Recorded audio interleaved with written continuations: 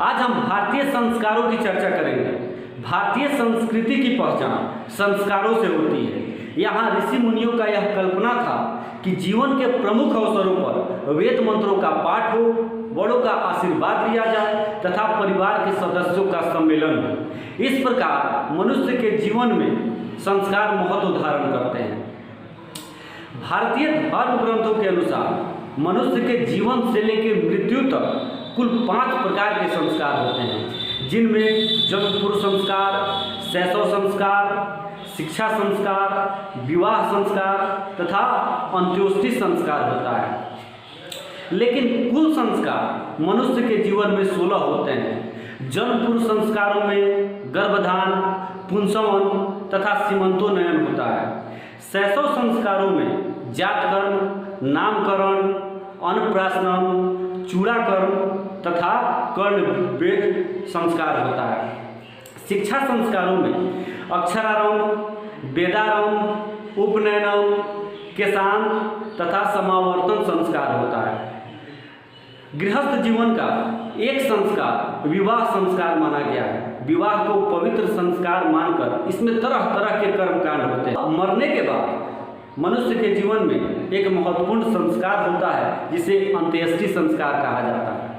तो इस प्रकार मनुष्य जीवन से लेकर मृत्यु तक कुल 16 संस्कारों में बंधा होता है। इन संस्कारों के आयोजन पर ऋषि मुनियों का यह कल्पना था।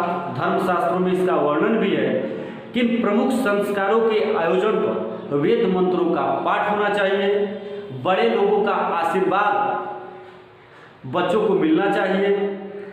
तो इस प्रकार भारतीय संस्कृति में संस्कार महत्व धारण करता है। लेकिन आजकल संस्कारों के आयोजन पर वेद मंत्रों का पाठ दिखाई और सुनाई कम ही देता है। एक दिन मेरे एक स्टूडेंट ने अपने बर्थडे पार्टी पर मुझे अपने घर बुलाया। जब मैं वहां पर पहुंचा तो मैंने देखा कि सदाबहार भोजपुरी अश्लील गानों के साथ ऑर्केस्ट्रा बज रहा है। सभी लोग थिरकते हुए नजर आ रहे थे। जहां रिश्ते की कोई अहमियत नहीं दिखाई दे रही थी। सास, बहू, बेटा, ससुर, भाई एक ही मंच पर, क्या शानदार दृश्य दिखाई दे रहा था। कुछ लोग तो मुझे नशे में भी दिखाई दे रहे थे।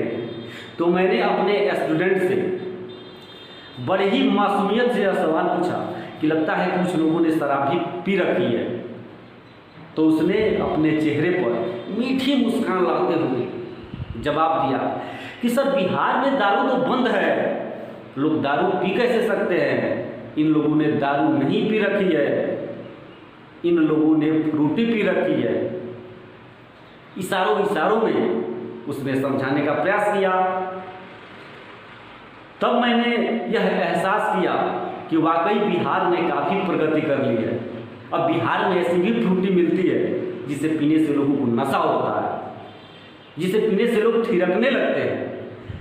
कहने का मतलब यह है कि हम अपने संस्कार के आयोजनों में रावण वाला काम करेंगे और अपने बच्चों में श्री राम जैसे आदर्श गुण की कल्पना करेंगे। यह कैसे हो सकता है? यह बात मुझे हजम नहीं होती कि ऐसा करने पर हमारे बच्चों में श्री राम जैसे आदर्शवादी गुण आएंगे। इसके लिए हमें श्री राम के बताए गए मार्ग पर चलना होगा। हमें अपनी पुरानी संस्कृति को अपनाना होगा, तब जाके हमारे बच्चों के अंदर अच्छे संस्कार स्थापित हो सकते हैं। तो इस उम्मीद के साथ कि हम अपने संस्कारों का आयोजन अपनी पुरानी संस्कृति के अनुसार ही करेंगे, मैं अशोक कुमार सिंह आप सभी से विदा लेता हूँ। धन्यवाद।